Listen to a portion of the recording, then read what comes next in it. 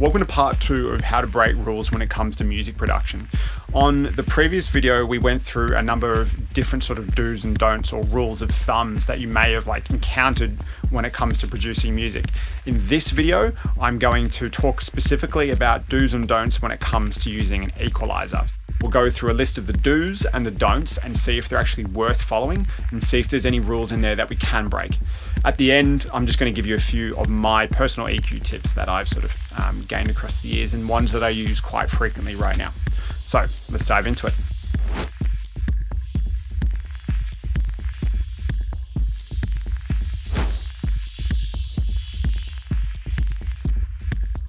So the first one is using an EQ to enhance or balance sounds thoughtfully. So this is just about considering how a sound is as an individual sound, trying to find the best of it, and then working that into the rest of the track. I'll play the track now so you know what we're dealing with.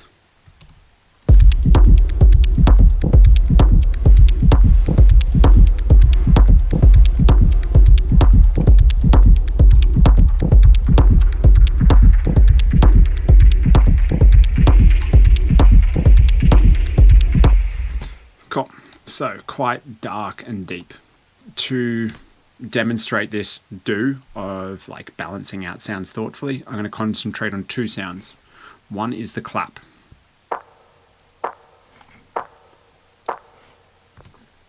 It's actually just a small sample of just some synthesizer sounds that I've made for this track, and I put it into a simpler just to get a little knock, as you can see. And that's my clap. I really like the idea of using instruments that aren't claps or percussion as claps or percussion. I've already made some changes to the EQ on this one. It's a really simple change. I'm just thinking that I only really want this mid-range frequency area because I think that's going to fit into the rest of the track nicely. I don't want too much high information on my clap just because I think it's not as pleasurable to listen to, and it's also not the vibe I'm going for. I want dark, I want sort of more smothered in a way. So this sort of comes to the point of cutting out unnecessary frequencies. So you can see on the bell curve, I've just sort of got a cutoff at around 520 for the high pass, and then the low pass is around 2000 hertz. I'll turn it on and off so you can see what I mean.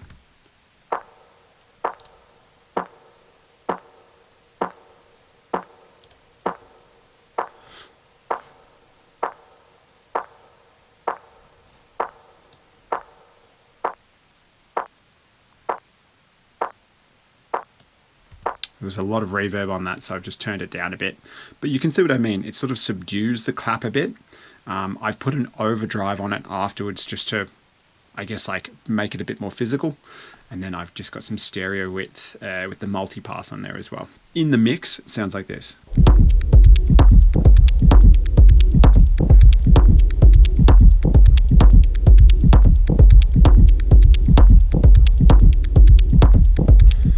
It's a really subtle change, but I think it makes a difference. At least to me, in my head, it does. The second one I'll use for this demonstration is actually just some audio I recorded from my laptop at work.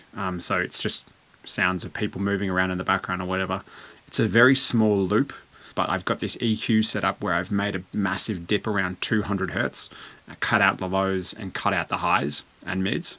I'll show you what I mean. So I'll turn the EQ off first.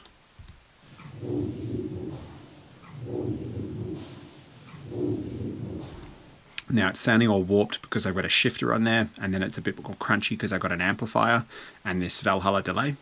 I'll turn the EQ on and you'll see what I mean.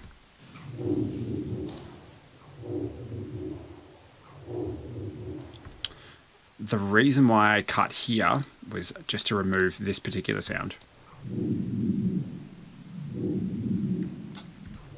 That 200 hertz sound really sort of filled up the mix. I'll turn the EQ on and off with the sound playing with everything else so you can hear what I mean.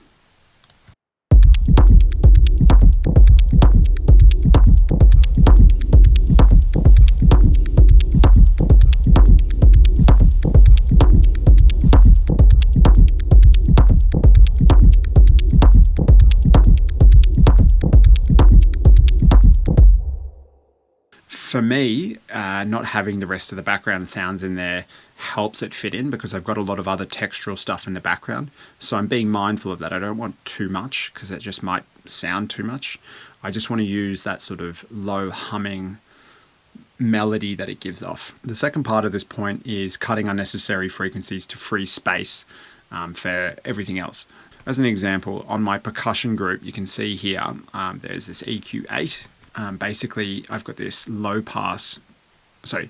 pass filter set around 560 hertz, just to cut out anything happening in sort of the mids, low mids, and then the bass area for the percussion, just so that I can allow the space for those more mid-range sounds to come in, as well as like the more bassy sounds, the bass line and the percussion.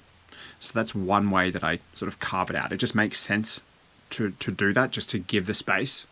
With my low end and my kicks, I've got this set up here. I've got this low bass sound.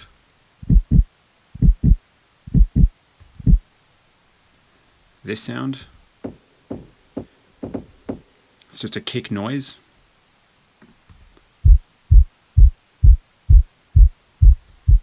Some rumbly sound.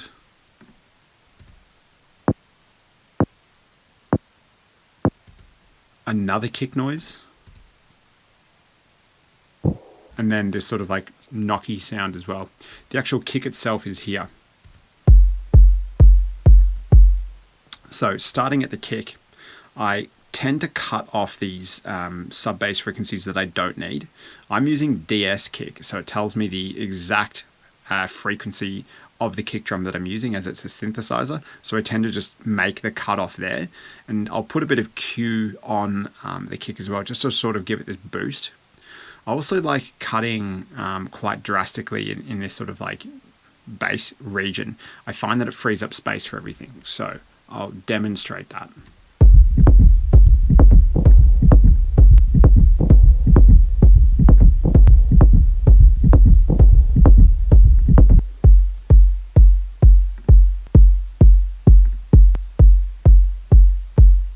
Subtle change, but I feel like it makes the kick clearer in a way.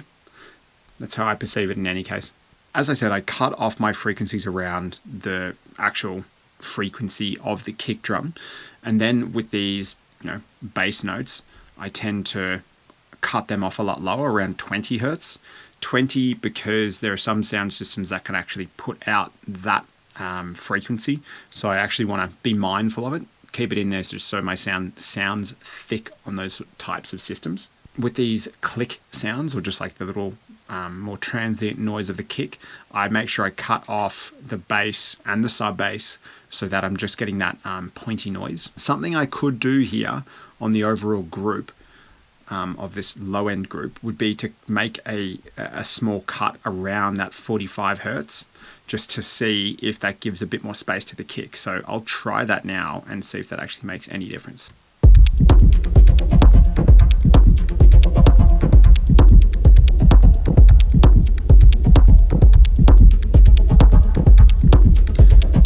It's very subtle. It's not making an impact enough for me to actually keep that change in there. So I'm just going to leave it. I'm happy I've done the experiment to make sure that it does or doesn't work, and I've discovered that now. So now I know I can move on effectively. Now, I guess to this is like a reverb send that I use to send my low end in, just to thicken up my sound. You'll notice I've got a couple of auto filters on this. I find that an auto filter compared to an EQ, particularly with Ableton, really cuts off the sounds that you've taken out, whereas the EQ8 might let a little bit more of that sound through. So I really only want things that are sub 100 hertz in this particular send return, because that's the sort of rumbliness that I'm going for.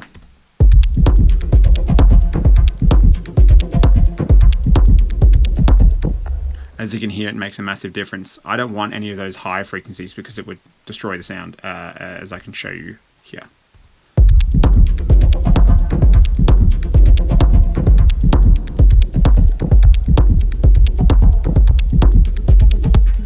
Destroy might be a little bit of a drastic description, but yeah, it adds a lot of other sounds that I don't necessarily want. I just want rumble, so that's why I've got that. Second point is to be mindful of the technical impacts of when you're using your EQ. For example, if you are taking a lot of sounds out and you actually reduce the perceptible volume of that particular sound with the EQ, about adjusting the output sound so it fits into the mix correctly. It's also talking about considering the limitations of your speakers. For example, I've got these 7-inch speakers in my studio. They can go down to around 40-ish hertz, but really that low sort of frequency information is something that I can't hear. A classic, conundrum of the bedroom producer is pushing the low end too hard to make sure that they feel it in the studio, but when that actually gets translated onto a big sound system, more often than not, the bass is the loudest thing. What this is saying is that when you've got those really, really, really loud sounds, you can't push the overall volume of the track that high because it's just going to get cut off by, say, like the kick.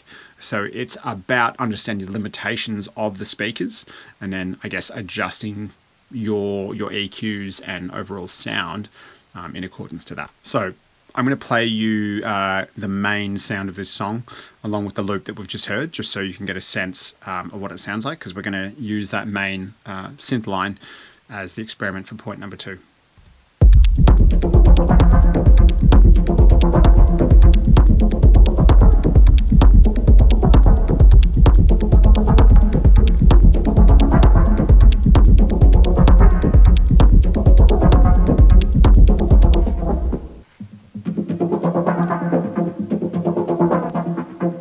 Now, I'm just going to make some adjustments here, see what happens.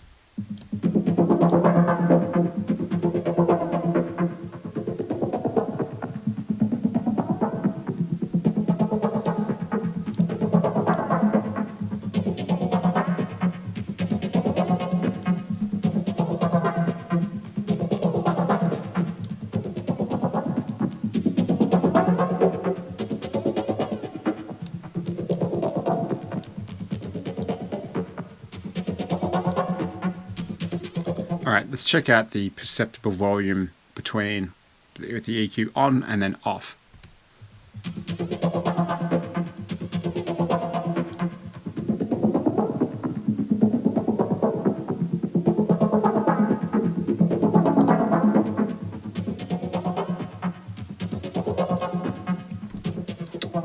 It's quite interesting because the sounds are sort of peaking at the same volume, but they sound very different.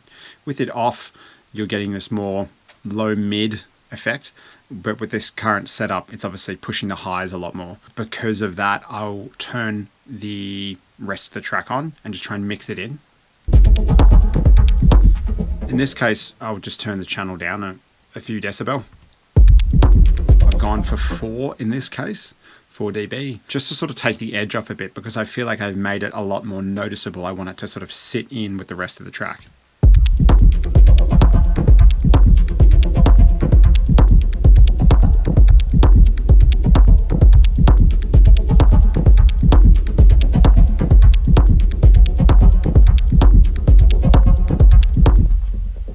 So I've just taken 5 dB off that particular sound.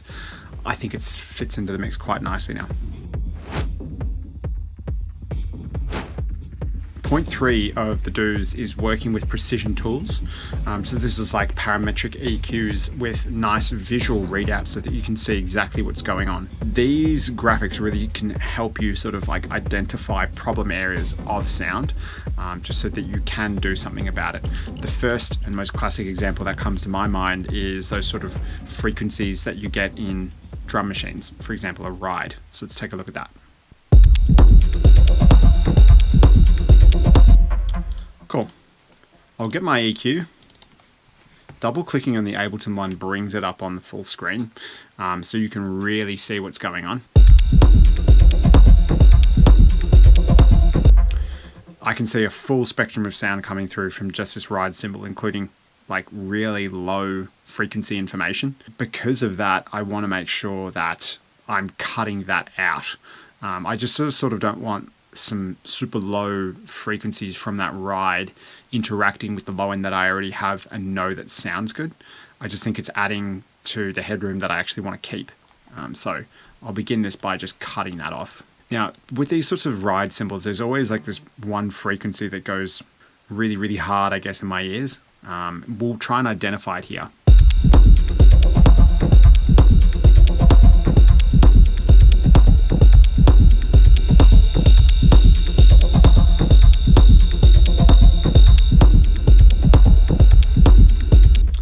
I turned the Q on my EQ up really high just so I can find those sounds. This is that surgical EQ approach.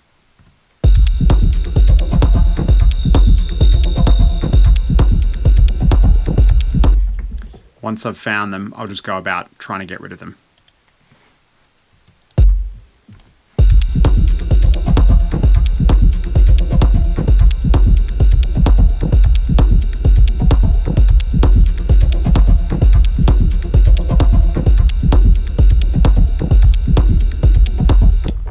Okay, let's do an A/B test. I'll turn it on and off and we'll hear the difference.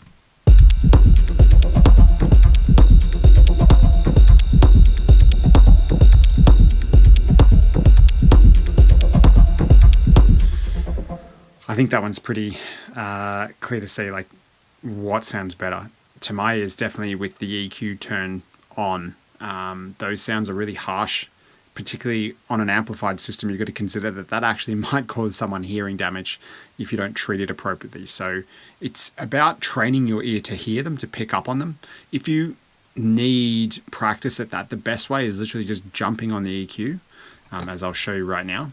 I can get one of these curves and literally just drag it up and down. The way that you can pick up on these resonances is they're going to be perceived as a lot louder.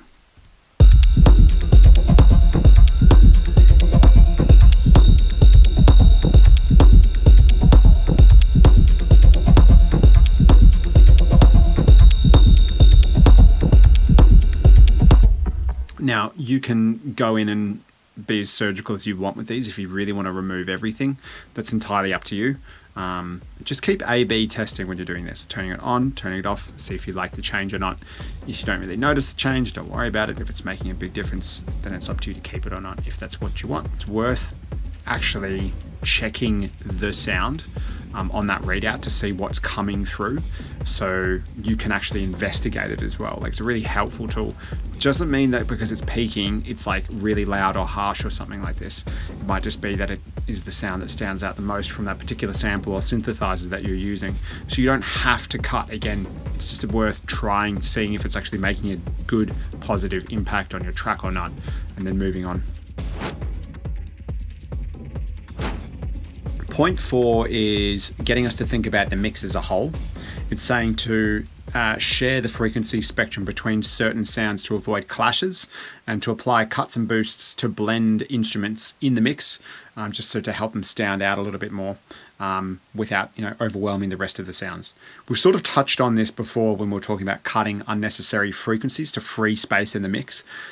Honestly, it's not that different from that, just because we're effectively doing the same thing. We're just making sure that we've cut out any unnecessary frequency, say from the percussion, so that it's not adding to the headroom of the low end of the bass, something like this. As an example, I'll boost my low end quite high.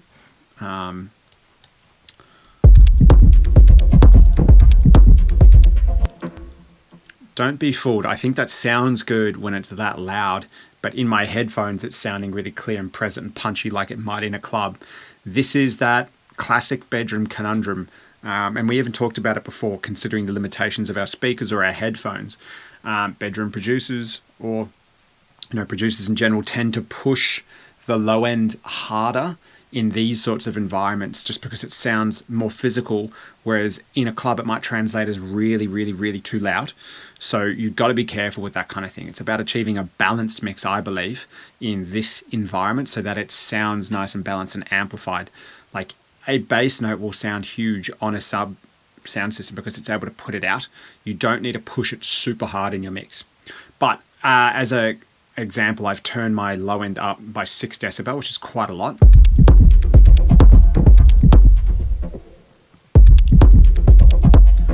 Okay, and I'm going to use this shelf filter here.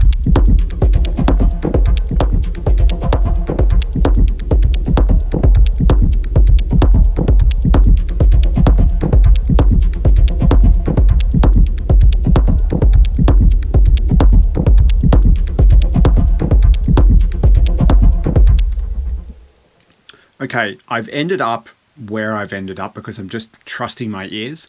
I guess this comes with years of experience of trying to do this, but I'm trying to find that point that I recognize in my ears as a balanced level for that particular sound at that particular frequency. So I didn't really have a clue what I was doing as such. I was just moving it around until I find the right spot. I'm trusting my ear more so than anything else there. Again, this is just one big experiment, so it's worth just being okay with not really knowing and just going in and figuring it out. I know that my low end's too loud, so I'm trying to balance it out with EQ. At least that's the goal. That's what I'm trying to achieve. But this, again, just sounded right. I'm going to come back to that sort of main synth line to, I guess, highlight this point again, to try and make it fit in with everything. So I'll play the sound so you know which one I'm talking about.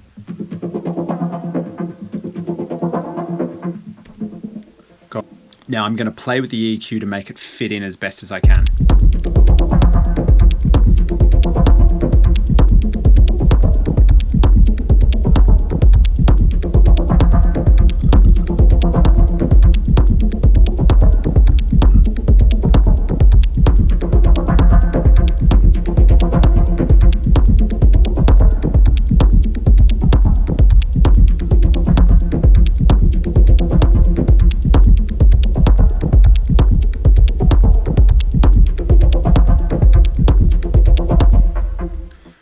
This is an interesting cut to make because it's actually boosting those sort of mid-range frequencies a bit more of the sound.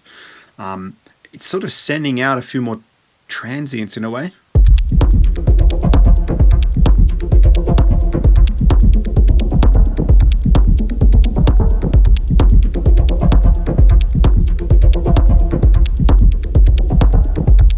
I think I really like that change, so I'm going to keep it in there. You also saw me trying to boost some of these upper frequencies around the mids, just to see what's out there.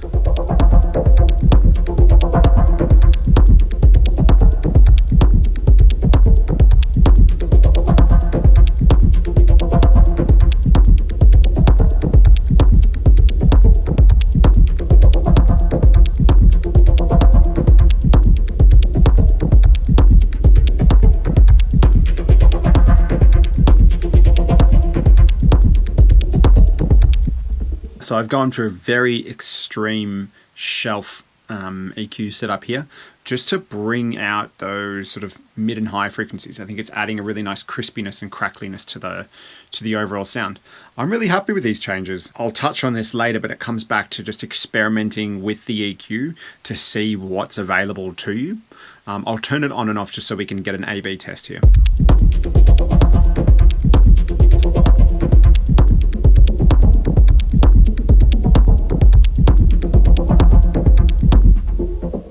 This could go one of two ways here. So I guess we're trying to talk about making the sound stand out, or at least like fitting them in appropriately.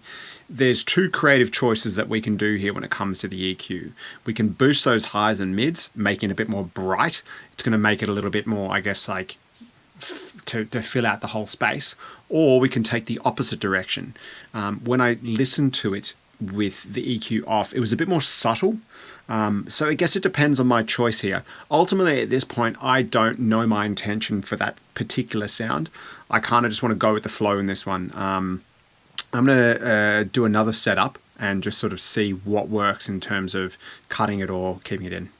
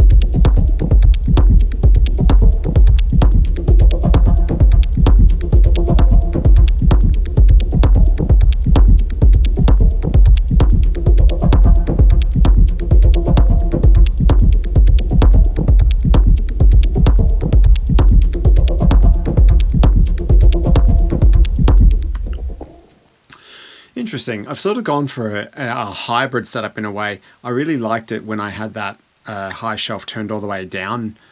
The mood it brings is quite nice, and it feels like things are a little bit more minimal, a bit more spacey.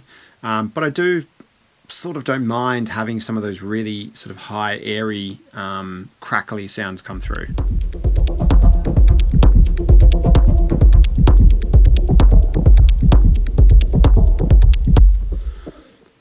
So in terms of a creative choice, ultimately I'm basing the decision on what makes me feel as good as possible at the particular time. I like when the highs are cut out because I think it creates a mood which suits the track better than rather having that sort of high crackly information through. I could change this later. Maybe that's the ultimate decision on the track that sort of makes it something really, really great, or just like another track. But I like the direction of it being a little bit more subdued. So I'm going to keep that. The last point here is experiment and trust in your ears. And this is something that I've spoken about already in this do's section. It does take some time to, I guess, identify particular sounds that you're after and understanding what is a good mix. It took me a lot of time, but I guess the more I thought about it, the more I could sort of make intentional moves with my EQ and volume setting choices to try and achieve a balanced mix, especially whilst using equalizers. I think ultimately it really helps knowing what you're looking for, or at least experimenting to find the right sound. If you don't have a clear idea of what you want to do, just play around, because then it will probably just present itself to you based on the sort of moods and tastes that you're picking up on and want to express with the track that you've got. You'll probably hear people say trust your ears a lot. It is absolutely 100% true. Just to sum up this do section, I think that these are all really, really, really solid rules of thumb to work with. I actually agree with all of them. I think they're really sound. They make sense. I think if we're talking about, breaking rules, whatever, I think this is a great guide to follow just because it's working. So yeah, again, it puts you in a ballpark and you can adjust levels and equalizers according to taste as you go along.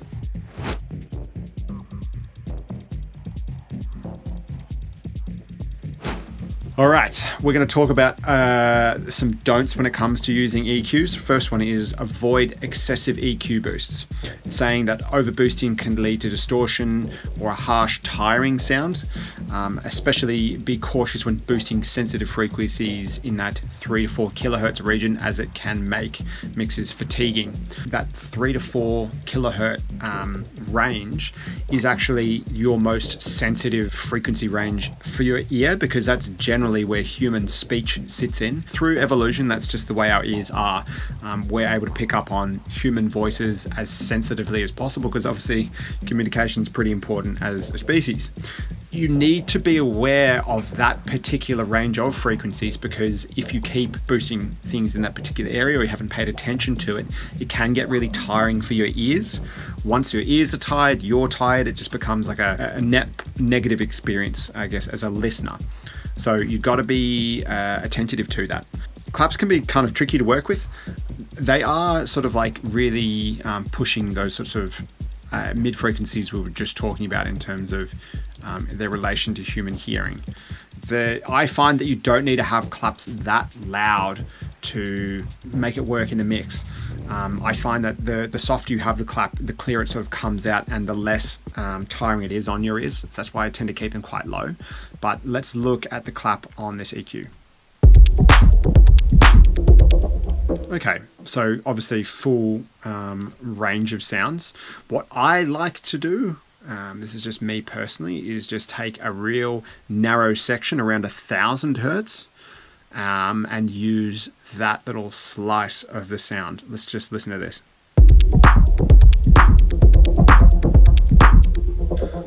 It's obviously too loud in the mix, so I'm going to turn it down quite a lot.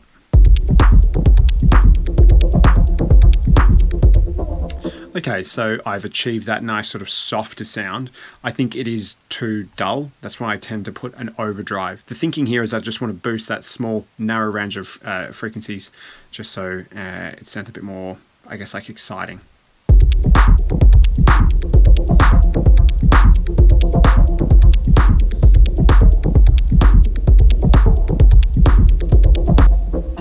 Works for me. If we boost it around 4K,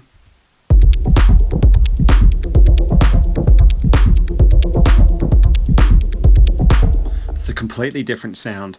I like the softer clap sounds, for example, just because I find it more pleasurable to listen to because it's not attacking that sort of that area. Point number 2 of don'ts really sort of is the opposite of point number 1. Don't neglect cutting EQs. We've demonstrated this a few times already in this video. Being subtractive with your EQ is, you're not really sort of over pushing sounds, you're just reducing particular sounds to bring the rest of them out a bit further, if that makes sense. So I do this quite a lot. I'll show you an example with my kick drum. I'm fairly sure I've even touched on this before. You can see I've got this dip around 235 Hertz. I do that quite often with my kicks and other low-end instruments as well. You can see on that main synthesizer as well. Yeah, there's a few cuts there. I think subtractive EQ is something I prefer more than additive EQ by boosting. Yeah, it's just going to give a better result. I could be wrong. Tell me if I am. We can again demonstrate a cut by using a couple of these other sounds that I've got from this particular track. I've grouped these two together. And I'm going to start subtracting things just to show you what it sounds like.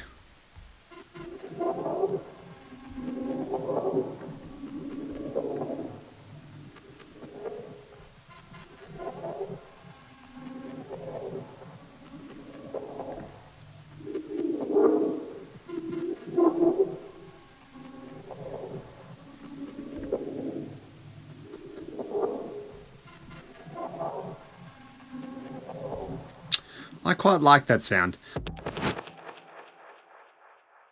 Point number 3 is avoid overloading the mix with EQ changes. So too many overlapping boosts on different instruments can lead to a clutter and unbalanced sound. So let's, I guess, like make a demonstration of that. I can play in this loop, this sort of synthesizer section, which is this.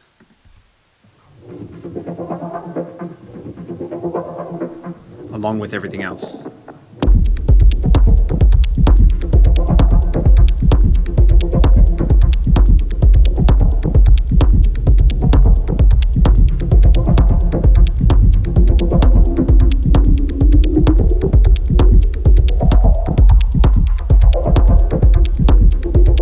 I guess what I'm trying to demonstrate here is by peaking these sounds, you can see how bad that starts to sound, particularly when it starts to interact with the low end stuff.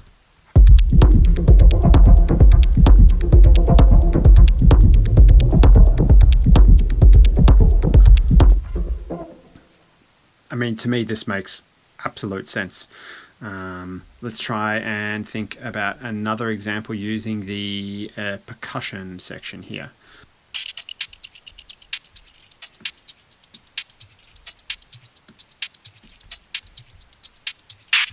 It's got this little bip, bop, around 100 Hertz coming.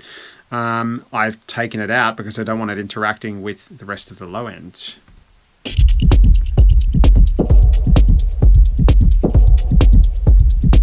Really subtle difference, but yeah, I think it is 100% worth paying attention to not overloading the mix with too many EQ changes. I keep it pretty simple. I've even stopped using too many mid-side EQs on my channels. I was using a lot just to really try and control any phasing issues. I now actually, as bad as this sounds, don't care. Sometimes I want to even introduce some phasing between sounds because I think it sounds cool. That being said, I've kept using just stereo EQs for right now, with lots of little just sort of changes. I'll touch on this a little bit later, but I try to achieve a better result with my EQs by just stacking them rather than having one with lots of different changes, because I just don't think it sounds as good. This last one is really important. It says to not ignore subjective factors. EQ decisions should be aligned with artistic goals and listener preferences, not just technical rules. This is sort of touching on everything that we've spoken about in this video, and in particular the one before. It's all about like taste and shooting for a particular vision that you have in your head. I like to think that this track is like quite dark, it's quite evil. I like its sort of heavy, swampy vibe. So my EQ decisions around that are going to be my EQ decisions based on that sort of feeling and mood that I want to go for is going to try and help guide the track in that direction. I don't want too many bright sounds from everywhere. I might just want a couple of like background textures or something that just fit in up there just to create atmosphere, not necessarily overload the entire mix with too many sounds. If it sounds like there's too much shit going on, then it's just going to be a bit too wild, and it's not going to be that sort of low, slinky, sexy, moody vibe that I want to create with the track. So these are a couple of ways I like to use EQ to try and find sounds. I've had a lot of success using these methods recently. First one is putting an EQ just on random channels and then really starting to push some of those frequencies to see what kind of sounds you can find in there. This is more of an experimentation approach. Basically, you need to just sort of go in without any real aim and just try and find stuff. It's really good because it's quick and easy to do. You're basically just putting an EQ on any sort of channel, boosting or cutting some frequencies and just finding what happens to the sound. You might find that you really like the result. But the cool thing is that if you find no good results, it doesn't take that long to do. You haven't wasted that much time, but you can tick the box and say that you've tried that approach and that there's nothing there. I think that's always worth trying and finding out if it's going to work or not, rather than just not trying at all. Second one is not ignoring the EQs that you might find on some delay or reverb or other plugins. It is worth considering what those effects will do to the sound overall. It might add in some, lower frequencies or anything like this. So it's worth using the EQs just so that the effects are affecting the specific areas that you want. One way I do this is using the EQ on the echo. There's just like some filters at the bottom that you can use, or on say the hybrid reverb, there is that EQ section there, which is really helpful, either just taking out some mids, pushing the highs, really pushing the lows, that kind of thing. Being specific with your choices that you do make, and just consider the effect that that will have on the sounds that you're putting them on. Lastly, I really like adding EQs as I go along. If I just have one EQ up, I'll get it sounding nice. And if I want to make other changes, I'll add another EQ in after that. I just find that the results are better. Maybe it's a placebo, but it works for me. I just like to add as many as possible, or rather as many as I need, up until I've got the sound that I desire, and leave it there. I find that if I start to bring too many curves into one EQ, it can sort of not affect the sound that I want it to in the right way. So I find that just layering up EQs works for me. I don't think there's anything wrong by doing that. So what I learned during this process is that these do's and don'ts are really, really, really worth following. I think they're really sound pieces of advice. When it comes to using an equalizer, I guess it's a more fundamental tool. So yeah, there are going to be some limitations of what you can and you can't do when it comes to using it. That being said, I think what we've covered makes a lot of sense. Like, it's worth following these specific rules just to get your sound sounding really good. And you can always make adjustments. Again, these aren't hard and fast things. It's just like a really, really good guide to go off. I would just encourage you to keep exploring breaking the rules as much as possible. As I mentioned in the previous video, I think that breaking rules really leads to new discoveries, and this is how I've really found my sound recently. And I believe that if you start to push your own levels of comfort, or at least start to really experiment with your projects, you'll find these new sounds, and that can really be a main point when it comes to actually defining your own sound as an artist.